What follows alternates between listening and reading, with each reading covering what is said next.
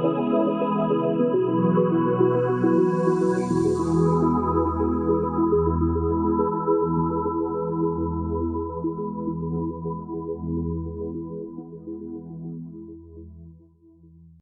Number 3 पर लिखना है अभी सभी लोगों को। क्या लिखना था? ई बैंकिंग।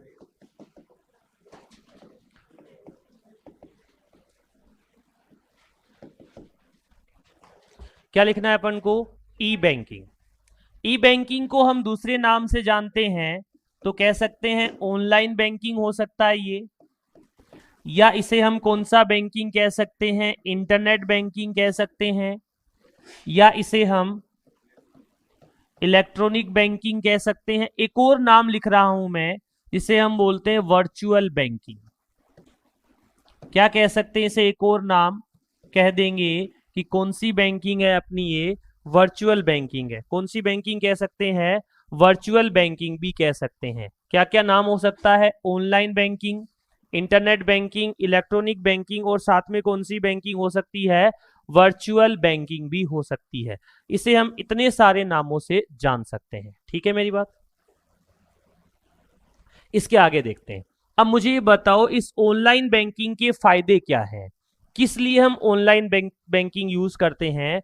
तो आप ये कहोगे कि सर 24x7 हम क्या कर सकते हैं? इससे लेन देन कर सकते हैं। कभी भी आप 24x7 का मतलब दिन में जब आपकी इच्छा हो आप पैसा इधर से उधर क्या कर सकते हो? ट्रांसफर कर सकते हो। इसका सबसे बड़ा ये बेनिफिट या फायदा होता है। इसके बाद अगर अपन एक और बात समझें, ये कह दो कि बैंक बंद के बाद, बैंक क्लोज होने के बाद भी हम क्या कर सकते हैं? लेन देन कर सकते हैं। पहला फायदा 24x7 हम लेन देन कर रहे थे। टेक्निकली तो उसका ही अर्थ ये हुआ कि बैंक 24x7 तो ओपन रहता नहीं है, तो आप 24x7 की जगह पर ऐसा भी यूज कर सकते थे कि बैंक क्लोज है फिर भी आप ट्रांजैक्शन कर सकते हैं, पैसे का भुगतान कर सकते हैं। आप इसकी सहायता से क्या कर सकते हैं? किसी भी प्रकार का बिल पेमेंट करना हो, क्या कर सकते हैं? बिल पेमेंट करना हो वो भी कर सकते हैं, या आप कहना चाहें और भी किसी प्रकार का आपको पेमेंट करना हो वो भी इसके द्वारा कर सकते हैं। बिल पेमेंट और दूसरे पेमेंट दोनों साथ में ऐड हो गए, कोई भी भुगतान हो। प्लस अगर मैं आपको ये कहूं कि ई बैंकिंग के लिए आपको क्या चाहिए? एक तो आपका क्या चाहिए होगा? आपको यूजर आईडी चाहिए होगा। दूसरा आपको ई बैंकिंग के लिए क्या चाहिए होगा? पासवर्ड। ई बैंकिंग के लिए आपको दो चीजें चाहिए, एक तो यूजर आईडी, दूसरा क्या? पासवर्ड। अच्छा, जब भी आप लॉगिन करते हो तो आपको इन दोनों की आवश्यकता होगी। इन दोनों के साथ साथ आपके मोबाइल पर क्या आएगा? एक ओटीपी आएगा। क्या आएगा? ओटीपी। ओटीपी का मतलब क्या होता है? One time password. यानी वास्तव में आप ही उस लेन देन को कर रहे हैं, उसको प्रमाणित करने का काम कौन करता है? ओटीपी करता है, वन टाइम पासवर्ड करता है। वापस स्क्रीन पर देखो, ई बैंकिंग का फायदा क्या था? 24x7 हम लेन देन कर सकते थे, बैंक बंद होने के बाद भी हम भुगतान कर सकते थे, बिल पेमेंट और किसी प्रकार का पेमेंट हम चाहे कर सकते। यूजर आईडी और पासवर्ड चाहिए होता है जब भी आप क्या करते हो? लेन देन। लेन देन का मतलब क्या होता है? ट्रांजैक्शन करते तो आप इन दो चीजों की आवश्यकता होती है, प्लस आपके मोबाइल पर क्या आ जाता है? ओटीपी आ जाता है। बैंक से आप पैसा ट्रांसफर करते हैं तो एक वर्ड यूज करते हैं जिसे क्या कहते हैं? एनईएफटी। और दूसरा वर्ड कौन सा होता है? जिसे हम कहते हैं आरटीजीएस। ये दो टर्म इस्तेमाल करते हैं। पहले का टाइम मतलब क्या होता है? एनईएफटी, और दूसरे का मतलब क्या होता है? आरटीजीएस। जनरली 2 लाख रुपए से ज्यादा की अमाउंट के लिए हम क्या करते हैं? आरटीजीएस, और 2 लाख रुपए से कम के लिए हम क्या करते हैं? एनईएफटी करते हैं। अभी बताते हैं। इसके अलावा एक और वर्ड मैं यूज कर रहा हूं जिसका नाम क्या है? कैप्चा। कैप्चा मतलब क्या होता है? जब आप किसी अकाउंट को लॉगिन करते हैं तो यूजर आईडी भी डालना पड़ता है, पासवर्ड भी डालना पड़ता है, उसके अलावा एक और कोड आता है जिसे अपन कौन सा कोड कहते हैं? Captcha code. ये कब यूज किया जाता है? जब आप अपने अकाउंट को क्या करते हो? लॉगिन करते हो। तो लॉगिन करने के लिए हम किसका इस्तेमाल करते हैं? कैप्चा कोड का यूज करते हैं। एनईएफटी का मतलब होता है national electronic fund transfer.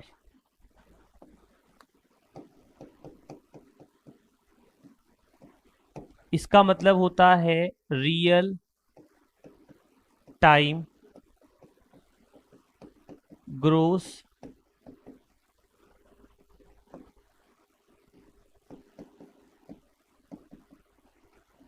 Settlement. ठीक है, मेरी बात लिख लो, फिर आगे बात करते हैं। जी सर। ये एनईएफटी की और सर आरटीजीएस का टाइमिंग क्या है सर? सर अलग अलग बैंक का अलग अलग टाइमिंग होता है। एनईएफटी 6 डे इन वीक होती है जनरली, यानी सोमवार से शनिवार तक। आरटीजीएस 5 डे इन वीक होती है जनरली, सोमवार से शुक्रवार तक की। ठीक है, अलग अलग बैंकें हैं सर। छुट्टियों में कई एनईएफटी अलाउ करती है, कुछ नहीं करती है। सर जैसे आरटीजीएस को शाम को 5 बजे के बाद भी हो जाता है क्या सर? नहीं सर, टाइमिंग पहले होता है, लगभग मान लो 3 बजे तक। बैंकों का है सर, आरबीआई का रूल नहीं अप्लाई होता इन पर। अलग अलग बैंक अलग अलग समय तक आरटीजीएस रखती है। अब आप तो हंस रहे हो, लेकिन मुझे करना पड़ेगा। क्या लिखा है? ई बैंकिंग, ऑनलाइन बैंकिंग इसे कहते हैं, इंटरनेट बैंकिंग कहते हैं, इलेक्ट्रॉनिक बैंकिंग कहते हैं, वर्चुअल बैंकिंग कहते हैं। ये ई बैंकिंग के नाम होते हैं।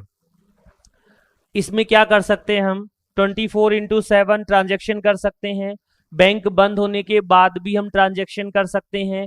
कोई भी बिल पेमेंट करना है आप ई बैंकिंग के थ्रू कर सकते हैं। एक हाँ, ई बैंकिंग में आप लॉगिन करना चाहते हैं तो यूजर आईडी और पासवर्ड तो चाहिए चाहिए होता है। आप कोई ट्रांजेक्शन को कंफर्म करते हैं उस समय आपके मोबाइल पर क्या आता है? ओटीपी। ओटीपी का मतलब क्या होता है? One time password. जब आप आपको लॉगिन करेंगे तो यूजर आईडी के साथ हर बार एक नया कैप्चा जनरेट होता है। उसे हम क्या कहते हैं? Captcha code. कब काम आता है? जब आप इसे क्या करते हो? लॉगिन करते हो। किसी भी अकाउंट में पैसा ट्रांसफर करने के लिए हम दो टर्म यूज करते हैं, पहला एनईएफटी, दूसरा कौन सा? आरटीजीएस। एनईएफटी का मतलब होता है नेशनल इलेक्ट्रॉनिक फंड ट्रांसफर, और आरटीजीएस का मतलब होता है रियल टाइम ग्रोस सेटलमेंट। अलग अलग बैंकों का अलग अलग टाइमिंग होता है। Generally NEFT 6 day in week होता है और आरटीजीएस 5 डे इन वीक होता है। फ्राइडे तक ही रहता है, सैटरडे संडे ऑफ रहता है। मैम आप ऑनलाइन बैंकिंग यूज करते हैं? तो ऑनलाइन बैंकिंग को लॉगिन कर लो, दोनों नाम लिखे हुए दिख जाएंगे आपको। ऑनलाइन बैंकिंग में पैसा ट्रांसफर करना एनईएफटी और आरटीजीएस कहलाता है। आईएमपीएस भी होता है ना सर? होता है सर।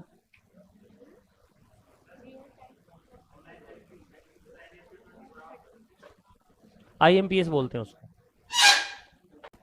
आईएमपीएस इसे बोलते हैं इमीडिएट, आगे आई लगाना है, पेमेंट सर्विसेज। आईएमपीएस का मतलब होता है immediate payment services.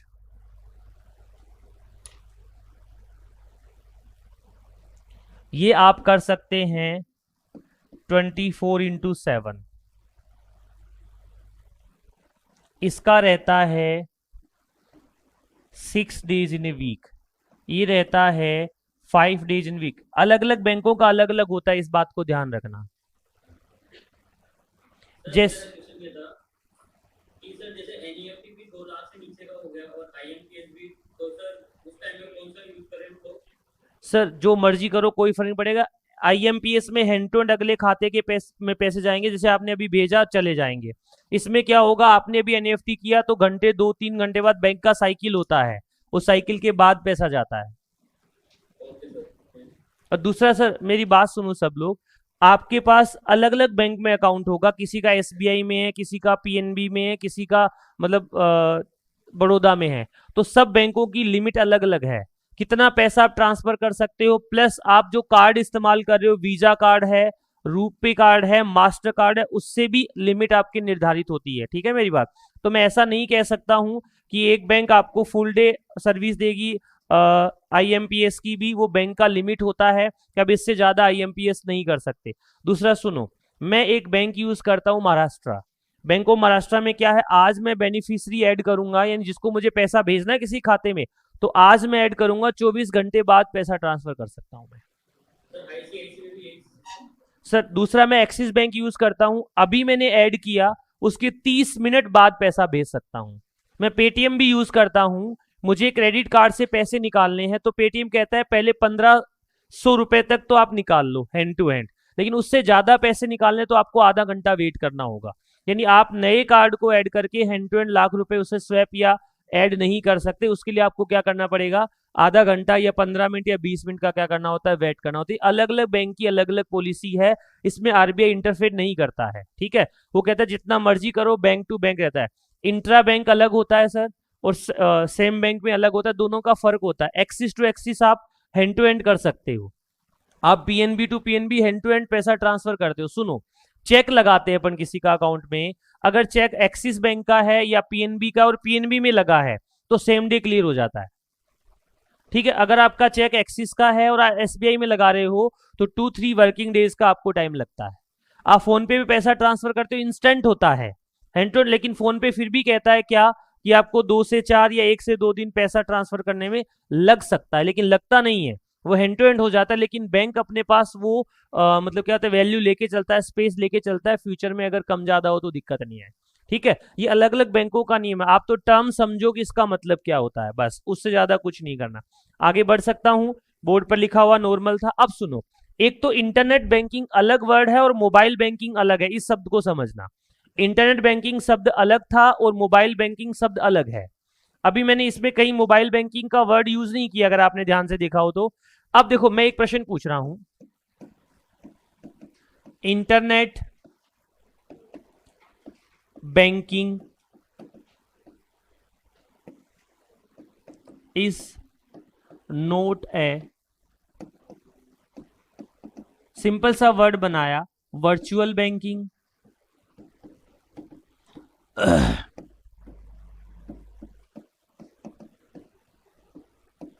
Private banking,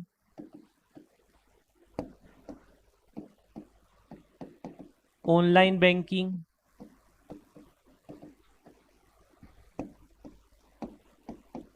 अब ये जो लोग क्लास को ध्यान से पढ़ रहे हैं उन्हें तो इसका आंसर दिख ही जाएगा। इंटरनेट बैंकिंग को कौन सा बैंकिंग नहीं कहते इसमें से? अच्छा प्रश्न है ये कि वर्चुअल बैंकिंग कहते हैं लेकिन कौन सा बैंकिंग नहीं कहेंगे, प्राइवेट बैंकिंग नहीं है। प्राइवेट का मतलब हुआ कि भाई वो पब्लिक लोगों के लिए नहीं है, केवल बैंक के या केवल पर्टिकुलर व्यक्ति के लिए ही है। तो आप इसे ये कहेंगे कि इंटरनेट बैंकिंग जो होता है या ऑनलाइन बैंकिंग होता है उसे वर्चुअल बैंकिंग कहते हैं। अगर थोड़ा हिंदी में समझो तो आप कहते हैं आभासी, जिसे मतलब हम फील करते हैं केवल, वो बैंकिंग सिस्टम होता है।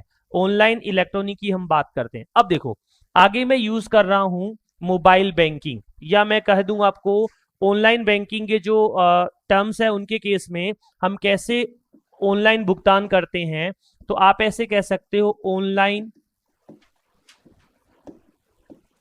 पेमेंट इंटरफेस,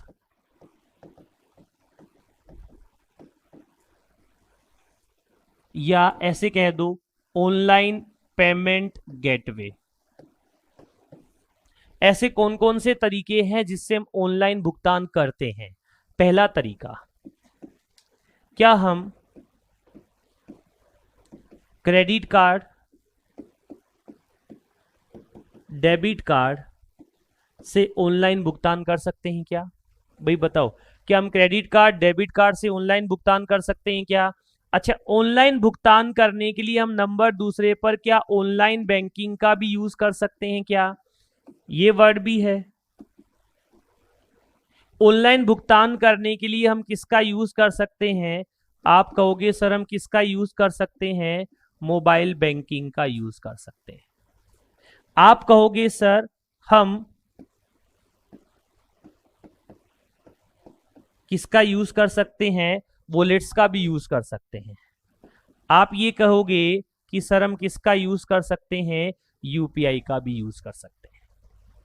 अब इन शब्दों का अर्थ देखें तो सब एक ही है, नाम से ही पता चल रहा है कि हम किसकी बात कर रहे हैं, ऑनलाइन पेमेंट इंटरफेस की बात कर रहे हैं। अब सबसे पहले मुझे बताओ कि क्रेडिट कार्ड और डेबिट कार्ड का मतलब क्या होता है। क्रेडिट कार्ड या डेबिट कार्ड की बात करूं तो क्या होता है, चिप लगा कौन सा कार्ड है? Plastic card.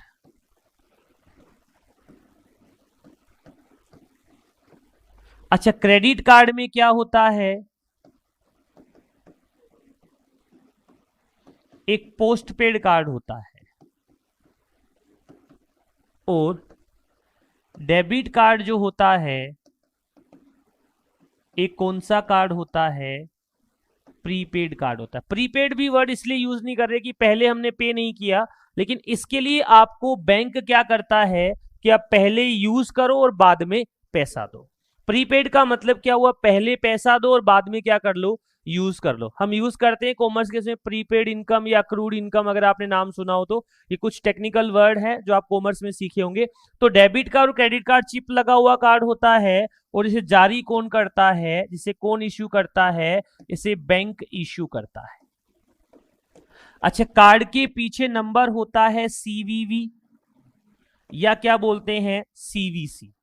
कार्ड के पीछे नंबर होता है सीवीवी या उसे क्या कहते हैं, सीवीसी कहते हैं। अच्छा, कितने अंकों का होता है, तो आप कहेंगे सर ये 3 डिजिट का होता है।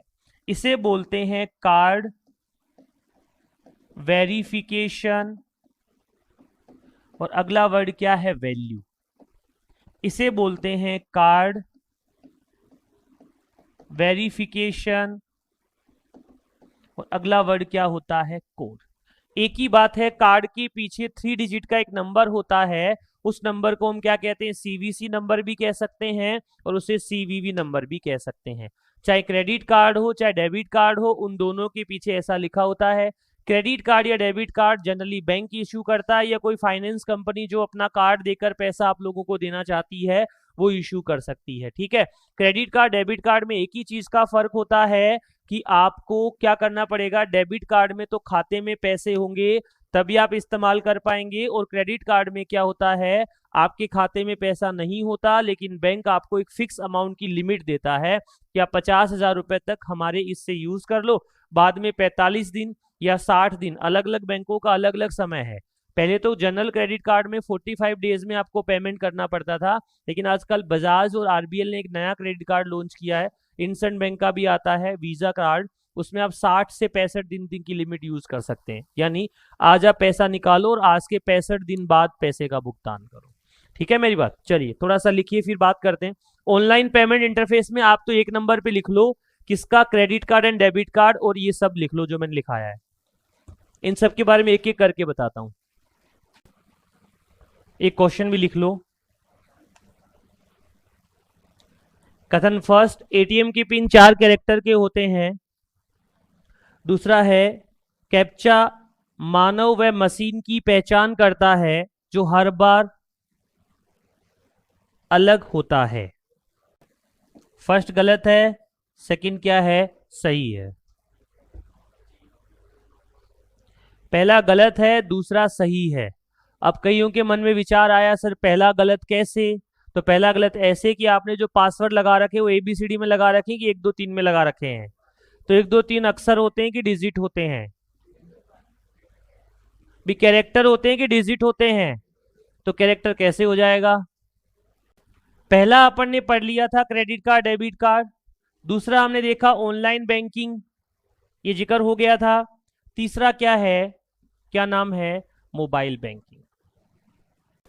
अच्छा, अगर मोबाइल बैंकिंग की बात करें तो एक होती है MMID,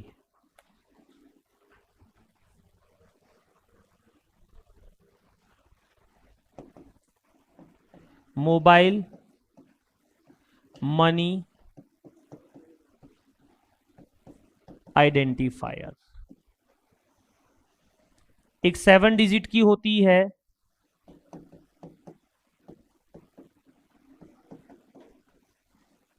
MMID का मतलब होता है मोबाइल मनी आइडेंटिफायर, 7 डिजिट की आईडी होती है जो बैंक इश्यू करता है।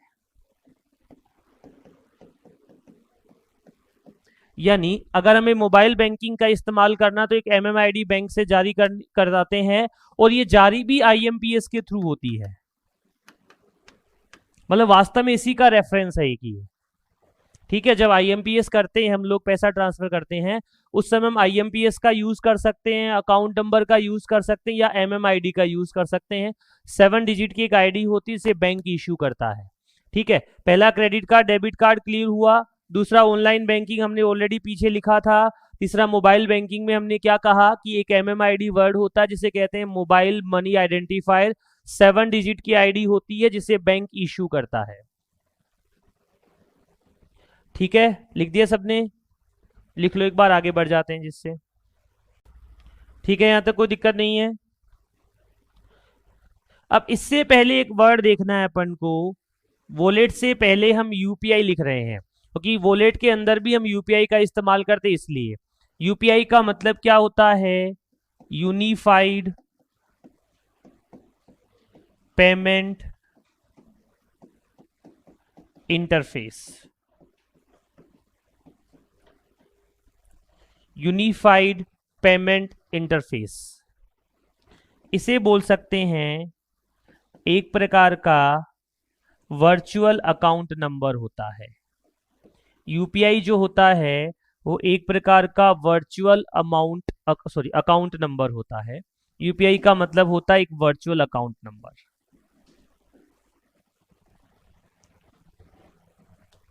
जितने भी हम ऑनलाइन ट्रांजैक्शन करते हैं उनके लिए हम अकाउंट नंबर की जगह पर किसका इस्तेमाल कर लेते हैं? यूपीआई आईडी का इस्तेमाल करते हैं। अलग अलग बैंक आपकी यूपीआई आईडी बना के देती है, कई अकाउंट नंबर के आगे अपनी बैंक का कोई नाम लगा के देती है, कुछ मोबाइल नंबर से बन जाती है, कुछ आपकी डेट ऑफ बर्थ। अलग अलग कंपनियों की अलग अलग यूपीआई आईडी होती है जिसके हिसाब से आप डेटा को एक्सेस करते हैं या पेमेंट ट्रांसफर करते हैं।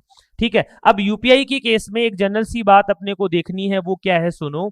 अगर आप यूपीआई का नाम सुने होंगे तो एक नाम सुने होंगे सबसे पहले भीम। किसका नाम सुने होंगे? भीम का।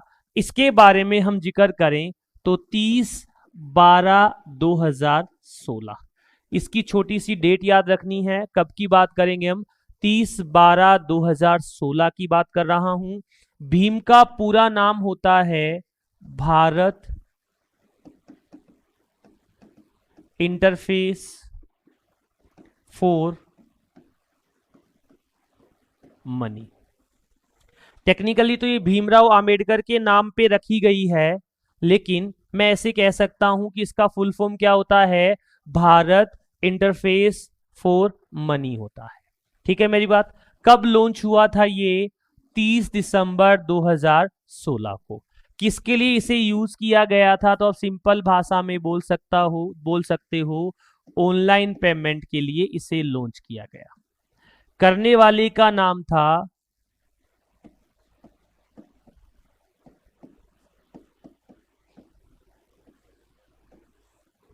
तत्कालिक प्रधानमंत्री श्री नरेंद्र मोदी ने इसे जारी किया। की बात और कर पाते हैं इसके बारे में। भीम के बारे में देखा तो भीम ऐप तो शायद आप बहुत कम यूज करते होंगे। पहले एक ऐप आती थी तेज, सुना हो नाम किसी ने? आजकल तेज की जगह पर नाम बदल गया। पता है क्या हो गया इसका नाम? गूगल पे।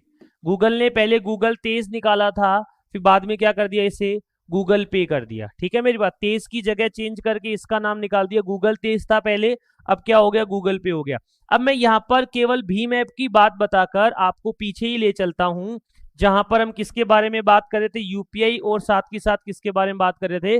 वॉलेट। भैया एक बात बताऊं, व्हाट्सएप ने भी आज अपना वॉलेट निकाल दिया, यूपीआई निकाल दी, ओला मनी ने निकाल रखा है।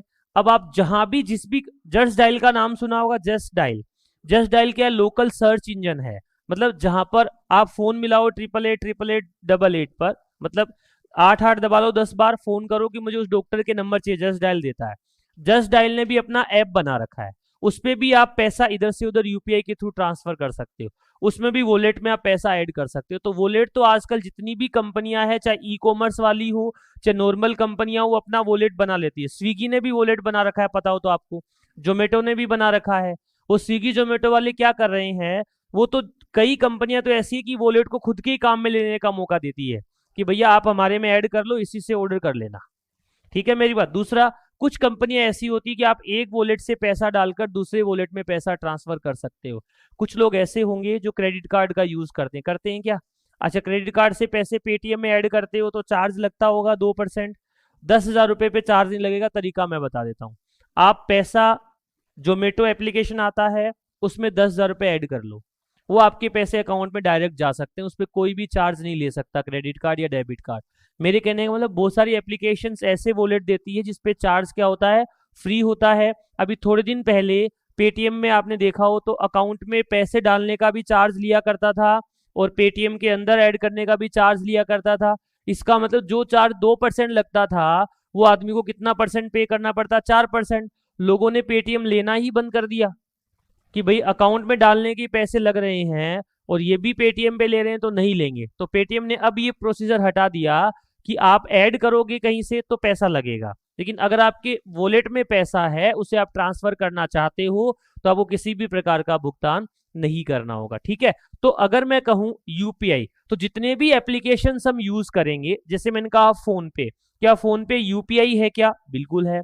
क्या गूगल पे यूपीआई है क्या? बिल्कुल है। क्या अमेजन पे यूपीआई है क्या? बिल्कुल है। क्या फोन पे यूपीआई है क्या? बिल्कुल है। मतलब क्या हुआ कि क्या हम इन सभी एप्लीकेशन के माध्यम से यूपीआई के थ्रू पैसा ट्रांसफर कर सकते हैं क्या? तो आप कहेंगे सर कर सकते हैं। यूपीआई का मतलब क्या होता है? Unified payment interface. यूपीआई एक प्रकार का क्या क्रिएट होता है? आपका वर्चुअल अकाउंट नंबर। तो इसका मतलब यूपीआई कोई एप्लीकेशन नहीं है, यूपीआई कोई तरीका है जिससे हम पैसा ट्रांसफर करते हैं। यानी अकाउंट नंबर की जगह पैसा कहां पर डालते हैं? फोन नंबर पर। फोन नंबर को आइडेंटिफाई करके वो पैसा कहां चल जाता है? आपके अकाउंट में चला जाता है। इसलिए हम इसे कहते हैं वर्चुअल अकाउंट नंबर। यानी आपका अकाउंट नंबर नहीं है, लेकिन किसके रेफरेंस में काम करता है? अकाउंट नंबर के रेफरेंस में काम करता है। तो अब मैं ऐसे कह दूं कि आपके यूपीआई एप्लीकेशन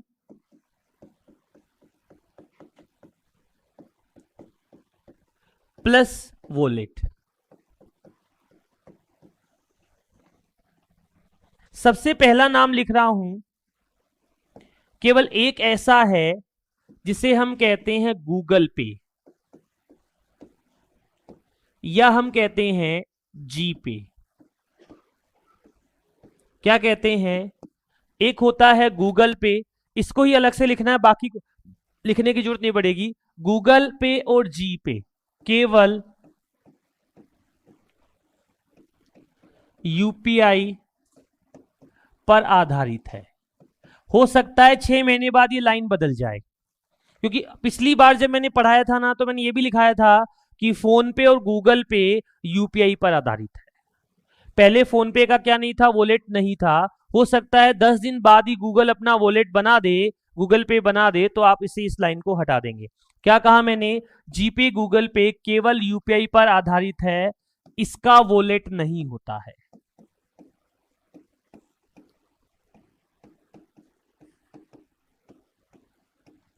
इसके अलावा आप मन में नाम सोच लो जो जो आपके दिमाग में आ रहा है।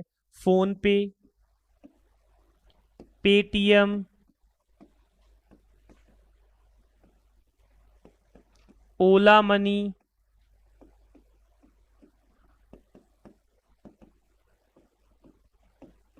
अमेजन पे, और भी कोई है क्या?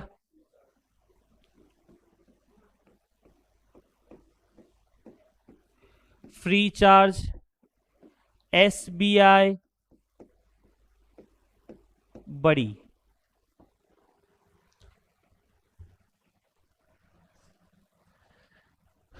आजकल एसबीआई योनो चलता है, यूज करता हुआ एसबीआई का अकाउंट। हाँ, तो उसके अलग अलग नाम ये बदलते रहते हैं कंपनी वाले। आजकल लिखना चाहो तो एक और नाम लिख दो।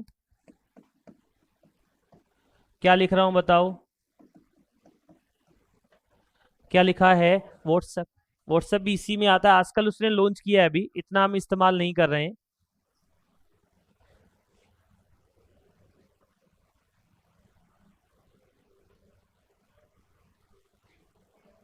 वो फेसबुक व्हाट्सएप तो एक ही बात है।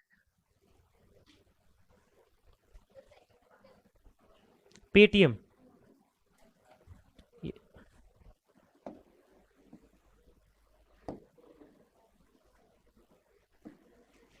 इन सबका वॉलेट होता है सर? किसका?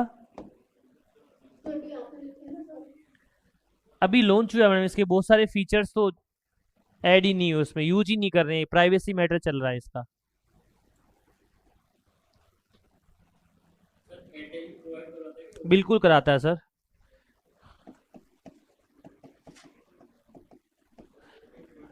ये लो सर।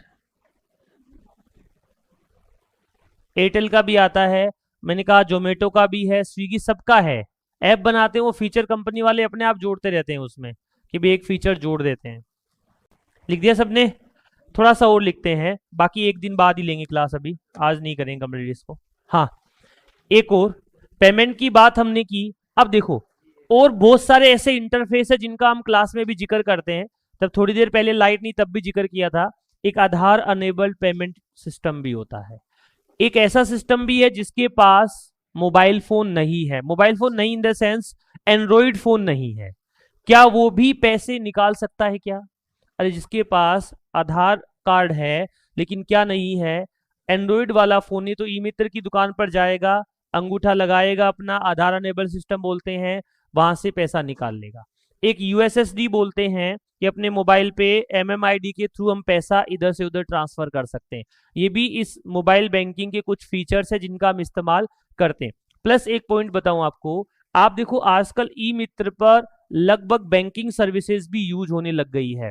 मतलब आप अपने खाते से आधार से रिलेटेड कोई भी काम करवाते हो तो आप कहां से करा सकते हो? ई मित्र की दुकान से करा सकते हो। आगे पढ़ेंगे जब ई सर्विसेज की बात करेंगे, राजस्थान सरकार कौन सी देती है, उसमें ई मित्र का भी एक सबसे बड़ा रोल है।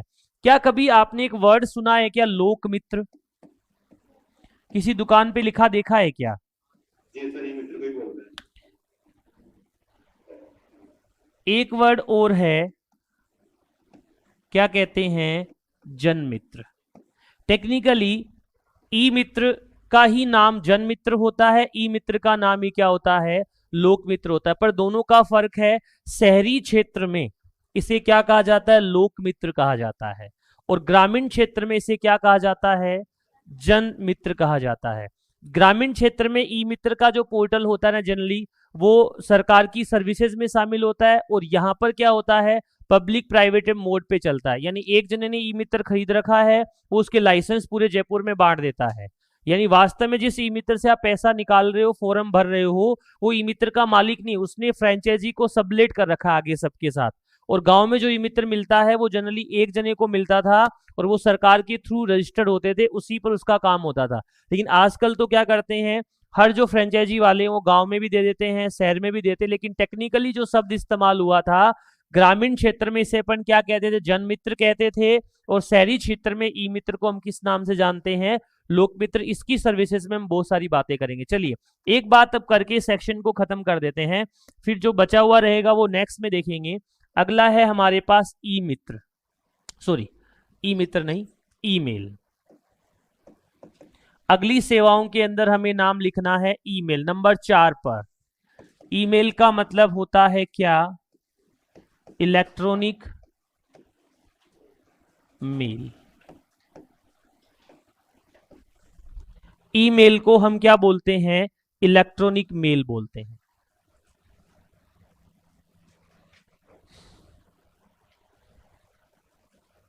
क्या बोलते हैं? ईमेल को हम सिंपल से नाम से जानते हैं, क्या कहेंगे? Electronic mail.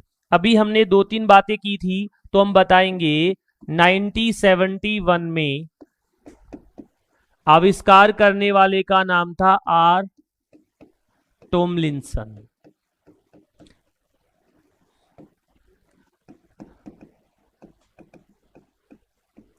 इंटरनेट पर पत्र भेजने के समान था ये।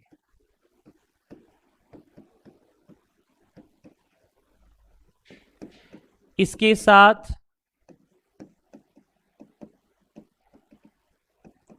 डॉक्यूमेंट भी भेज सकते हैं, फाइल भी भेज सकते हैं, ऑडियो भी भेज सकते हैं, वीडियो भी भेज सकते हैं। इन सभी को हम कहते हैं अटैचमेंट। जो इसके साथ ऑडियो वीडियो भेजा जाता है उसे हम किस नाम से जानते हैं? अटैचमेंट के नाम से जानते हैं। अगर हम किसी को ईमेल भेजना चाहते हैं तो हमारे पास उसका क्या होना चाहिए? ईमेल एड्रेस होना चाहिए। जैसे मेरा लिख रहा हूं मैं,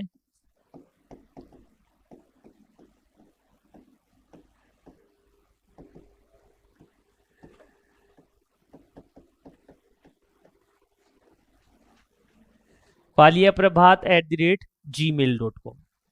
दोस्तों ये जो पोर्शन दिख रहा है आपको इधर वाला, इसे हम कहते हैं यूजर नेम। इधर जो दिख रहा है इसे हम कहते हैं सर्विस प्रोवाइडर। क्या अकेला जीमेल होता है? क्या नहीं। ये किस पे बन सकता है? याहू पर। ये किस पे बन सकता है? रेडिफ पर। ये किस पे बन सकता है? हॉटमेल पर। ये किस पे बन सकता है? आउटलुक पर। ये ईमेल जो है सर्विस प्रोवाइडर है जिनके नाम मैंने आगे लिखे हैं। रेडिफ, RADIFF। ये कुछ कॉमन बातें हैं ईमेल के बारे में। अच्छा, अभी मैंने आपसे ये बता दिया था कि हम किसी भी आईडी पर ईमेल भेज सकते हैं, खुद की आईडी पर भी ईमेल जा सकता है। अगर मैं कहूं ईमेल भेजने के लिए हमारे पास दो चीजें चाहिए, एक तो सेंडर एड्रेस, दूसरा कौन सा? रिसीवर। दोनों का एड्रेस क्या हो सकता है? सेम भी हो सकता है, कोई दिक्कत वाली बात नहीं है। लिख दिया सबने इतना? ये सवाल पूछता है कि कौन सा ईमेल की सर्विसेज नहीं है या सर्विस प्रोवाइडर नहीं है, तो आप उसमें नाम देखकर बता देंगे। आप ईमेल में सबसे पहला ऑप्शन बताते हैं, इसे हम क्या कहते हैं? कंपोज। अब एक ऑप्शन होता है दूसरा जिसे हम कहते हैं इनबॉक्स। अब मैं किसी एक व्यक्ति से बात करना चाहता हूं, काफी देर से इच्छा हो रही है मेरी। यहां पर लिखा हुआ है इनबॉक्स के ब्रैकेट में 40। कोई बोलना मत, मुझे उससे बात करनी है। इनबॉक्स के ब्रैकेट में कितना लिखा हुआ है? 40 यानी 40। इसका मतलब क्या है? मन में सोचो एक बार। इसके आगे क्या लिखा हुआ है? 40 लिखा हुआ है। इनबॉक्स में किसी के आगे 20 भी लिखा हुआ होता है, कई कईयों में 4000 5000 ऐसे भी लिखा हुआ जाता है। जनरल सी कहानी, इन 4 या 5000 या 40 का मतलब क्या है? बताइए मैडम।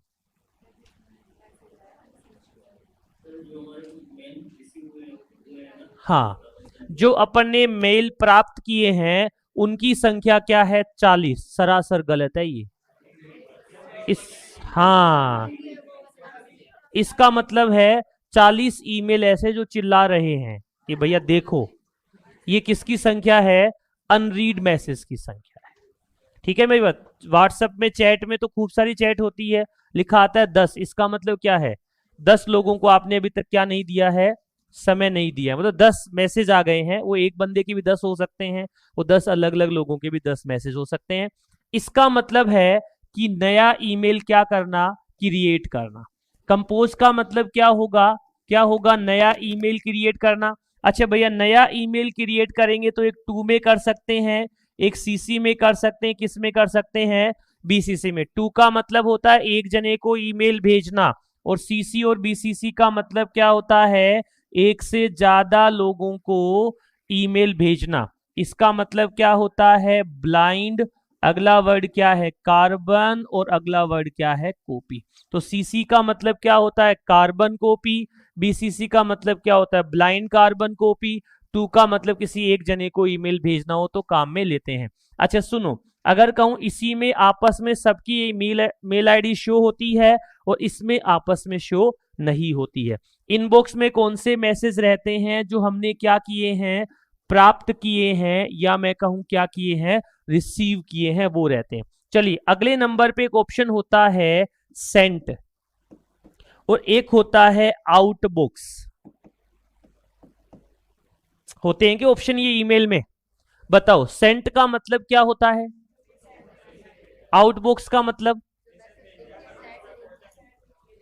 हाँ, समझ गए आप लोग? ठीक है। इसमें कौन से हैं जो अपन ने क्या किए हैं? भेजे गए। इसमें कौन से हैं जो आपने भेजने की तो कोशिश की लेकिन क्या रह गए? पेंडिंग रह गए। नंबर अगले पर एक वर्ड होता है जिसे हम क्या कहते हैं? ड्राफ्ट। क्या कहते हैं? ड्राफ्ट। कौन से मैसेज रहते हैं जो हमने क्या किए हैं? सेव किए हैं। इसमें कौन से मैसेज रहते हैं? कौन से वाला एक और फोल्डर होता है जिसे हम कहते हैं स्पैम। स्पैम का मतलब होता है जंक, या हम कहें बिना अनुमति वाले।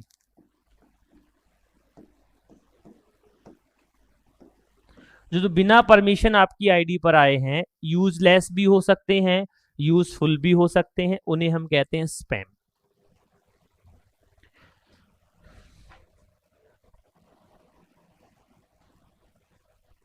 ठीक है, आज इतना ही करवाऊंगा मैं।